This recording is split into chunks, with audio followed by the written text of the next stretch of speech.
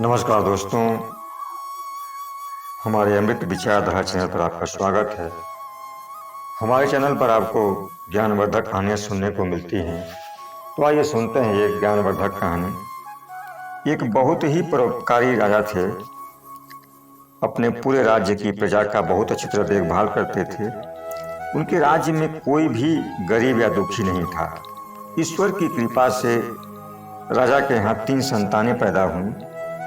2 राजकुमार पैदा हुए और एक कन्या पैदा हुई। राजा ने एक विद्वान ज्योतिष को बुलवा करके और कहा कि आप हमारे तीनों बच्चों का भविष्य बताएं कि हमारे कौन सी संतान के भाग्य में क्या लिखा है।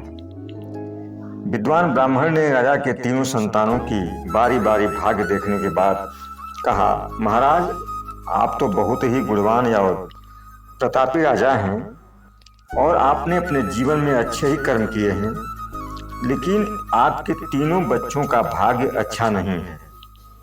मुझे तो बताने में भी संकोच हो रहा है। राजा के जोर देने पर विद्वान ब्राह्मण ने कहा, महाराज आपका बड़ा बेटा बड़ा होकर शिकारी बनेगा और उसके भाग्य में सिर्फ एक शिकार ही लिखा है। एक दिन में एक शिकार, यानी कि जब भी वह शिकार करने जाएगा तो उसे पूरे दिन में एक ही शिकार मिलेगा।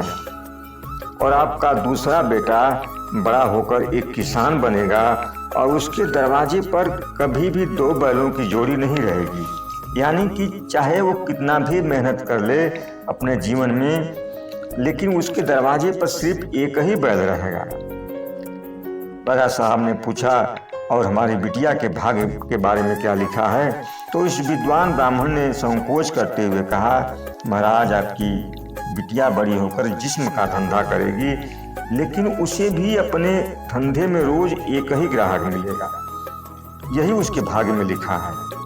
तो राजा के तीनों संतानों का भाग्य बताकर विद्वान ब्राह्मण चले गए और राजा अपने तीनों बच्चों के भविष्य को सोचकर हमेशा चिंता में रहने लगे।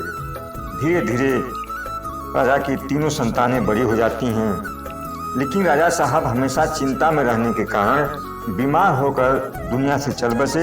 और इसके बाद मंत्री और सेनापति ने मिलकर के राजगद्दी पर अपना कब्जा कर लिया और राजा के तीनों बच्चों को महल से निकाल दिया। इसके बाद राजा के तीनों बच्चे यहाँ वहाँ भटकने के बाद उस विद्वान ब्राह्मण के बताए भाग्य के अनुसार राजा का बड़ा बेटा एक शिकारी बना, शिकार करते हुए अपना जीवन यापन करने लगा। और उनका दूसरा बेटा एक किसान बनकर किसी तरह गरीबी में दिन काटने लगा। राजा की तीनों संतानों में सबसे छोटी उनकी बिटिया जिस्म का धंधा करने लगी।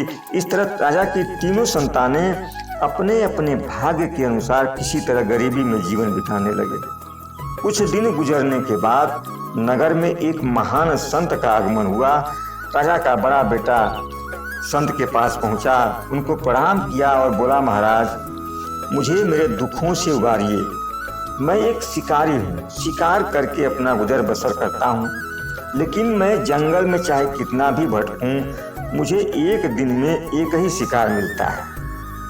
राजा का दूसरा बेटा किसान भी संत के पास पहुंचा और हाथ जोड़कर बोला, महाराज मैं एक किसान हूँ, लेकिन मेरे दरवाजे पर कभी 2 बैलों की जोड़ी नसीब नहीं हुई।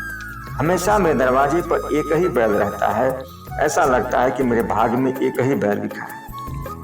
राजा साहब की बिटिया भी नगर में संत का आगमन सुनकर के दौड़ी आई, उनके चरणों में गिरकर बोली, महाराज मैं एक धंधे वाली हूँ, लेकिन मुझे एक दिन में केवल एक ही ग्राहक मिलता है, इसलिए मेरा गुजारा बड़ी मुश्किल से हो पाता है। कृपा करके कोई समाधान बताइए।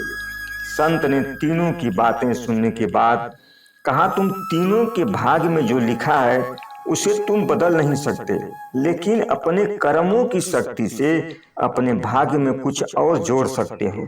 मैं तुम तीनों को समस्या का समाधान बताऊंगा। इसके बाद उस संत ने बड़े बेटे से कहा, जब भी तुम शिकार करने जाओ, जब तक तुम्हारे सामने कोई बड़ा शिकार न आए, तुम तीर मत चलाना।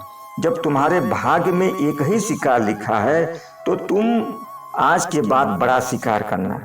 बड़ा लड़का संत की बात समझ गया और खुश होकर के चल दिया। छोटे लड़के यानी किसान को संत ने कहा, जब तुम्हारे भाग्य में एक ही बैल लिखा है तो हर रोज शाम को अपना बैल बेच देना। भाग्य को तुम्हारे दरवाजे पर एक बैल देना ही होगा और इस तरह तुम एक दिन बहुत अमीर बन जाओगे। वह किसान भी महान संत की बातें सुनकर अपनी समस्या का समाधान पाकर बड़ा खुश हुआ। राजा की बिटिया जो संत के सामने अपना हाथ जोड़कर बैठी थी, उसकी भी समस्या का समाधान बताते हुए संत ने कहा, बेटी अगर तुम्हें एक दिन में एक ही ग्राहक मिलता है, भाग्य में लिखा है तुम्हारे, तो तुम उस एक ग्राहक से अपनी मनचाही कीमत मांगना। आज के बाद वो तुम्हें मिलेगी। वो लड़की भी महान संत की बातें को समझ करके उनको चरण स्पर्श किया और अपने घर चली आती है। दूसरे ही दिन से तीनों संत के बताए मार्ग पर चलते हुए अपना अपना काम करने लगे। उस शिकारी जब कोई भी बड़ा शिकार मिलता तभी शिकार करता। अब कुछ ही दिनों में बहुत बड़ा व्यापारी बन गया। वो किसान हर रोज अपना बैल बेच देता, फिर दूसरे दिन उसके पास बैल कहीं न कहीं से मिल जाता, फिर उसे बेच देता।